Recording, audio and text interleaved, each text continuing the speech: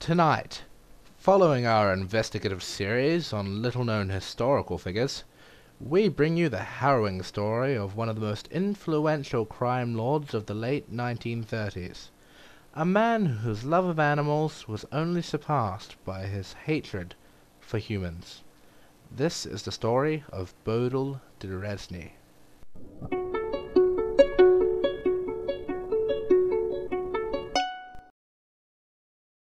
Bodil DeRezney was born in 1895 in the small town of Sussex, New Zealand. He had a troubled childhood and was driven from home by his father's antisocial behaviour. Rezney had no source of income, so resorted to windowsill pie pilfering and petty pickpocketing to support himself.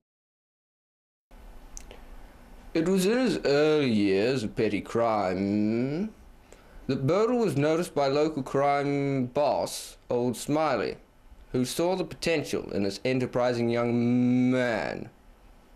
But this partnership was to be a fleeting one.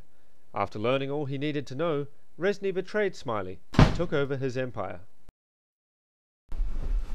He was such a nice boy.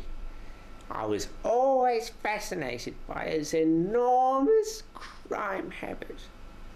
He was always buying me expensive gifts. The nicest one he ever got me, I remember. It was this beautiful red scarf. That was the day after he shot his father. He had a tenuous relationship with his father at best. What with his intense love of animals and his father's curious propensity to shoot puppies. He was a shy man, very difficult to make contact with, certainly no friend of the media. There was, I think, one video from the FBI. Using state-of-the-art technology, the FBI were able to fit a small camera into a briefcase and capture footage of one of Rezney's secret meetings. What do criminals talk about when they're sitting here at a table? I suppose they're talking about crime. Good. I'd like to thank you all for coming here to this momentous occasion. First off, do any of you have any secret recording devices or anything like that? Oh, well, I do. I mean, no! No! After this footage was miraculously recovered, the FBI were able to issue a warrant for Rezney's arrest and possible execution. Hello there, sunshine.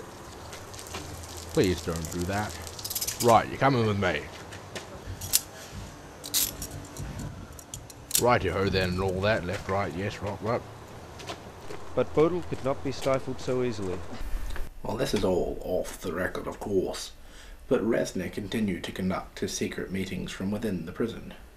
We would have done something about it, but his mistress Maggie was to show up every single time he had one of the meetings, with the most delicious chocolate cake, and the lads and I aren't going to refuse hospitality like that. Not from a fox like Maggie.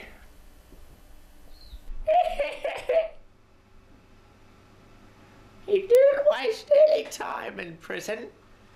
5 years he was in there. 8 bloody years!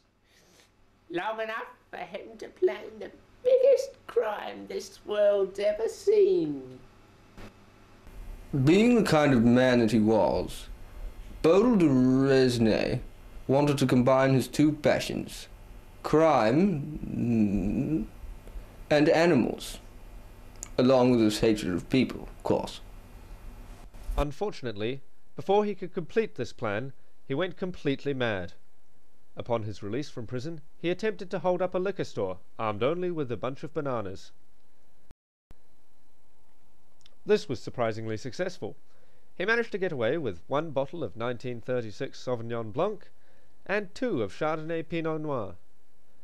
His success was short-lived, as he returned to the same store just moments later with the intention of buying a celebratory bottle of bourbon.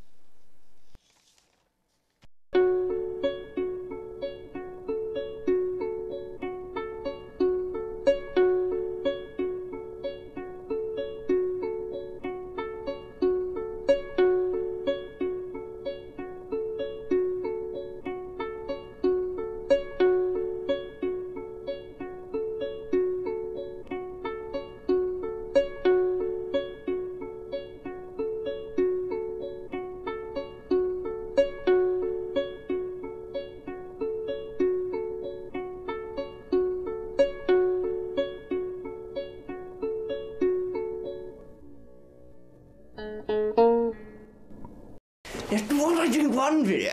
From the FBI! The FBI!